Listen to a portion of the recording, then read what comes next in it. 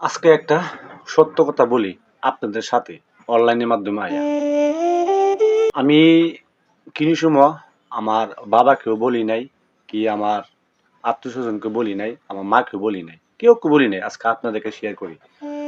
আমি আমার বাবার সাথে কিছু আমার গোসা আছে, রাগ আছে কিছু, যে কোনো ব্যাপারে। কিন্তু আসলে যে সময় আমার বাবাকে আমি দেখি না, আমার মনে একটা কষ্ট জমে যায়, কষ্ট একটা জন্মে যায় আমার মনে। কিন্তু আসলে বাবাকে আমি অনেক ভালোবাসি।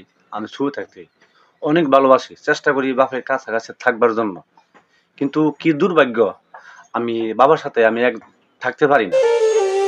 যে কোনো বাড়ি ব্যাপারে আমি থাকতে পারি না। কিছু বাবার সাথে কিছু রাগ গোসা হই আমার সবসময় লাগিয়ে থাকে।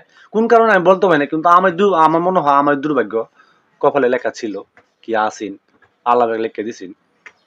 কিন্তু বাপের দেখলে আমার মনে কষ্ট জমে জায়গা, মানে মনের ব্যথারা বাবার লোক শেয়ার করতে পারি না। চেষ্টা করি শেয়ার করার জন্য, বলার জন্য, পারি না।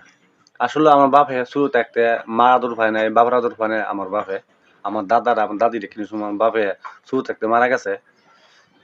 আর কথা হচ্ছে বাপে, আমি আসলে বাবার আমি অনেক শুরু থাকতে অনেক ভালোবাসি, মন থেকে অনেক ভালোবাসি বাপারে। আমি বাবার মুখ দিকে চাইলেই আমি কিরকম হয়ে যাই, যত গুসা থাকুক রাগ থাকুক আমার জানি আমি চাই যে মন থেকে জায়গা, মন থেকে রাগ গোসা আমার মন থেকে যায়।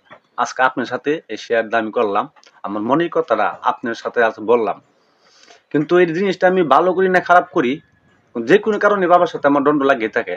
ঝগড়া ঝগড়া হয় না, এমনি কথা কাটাকাটি বাবার লগে আমার গোসা থাকে, সবসময় লাগিয়ে থাকে। কিসের জন্য আমি বলতে পারি না, আমার কপালই খারাপ না আমার ভাগ্য খারাপ, আমি বলতে পারি না।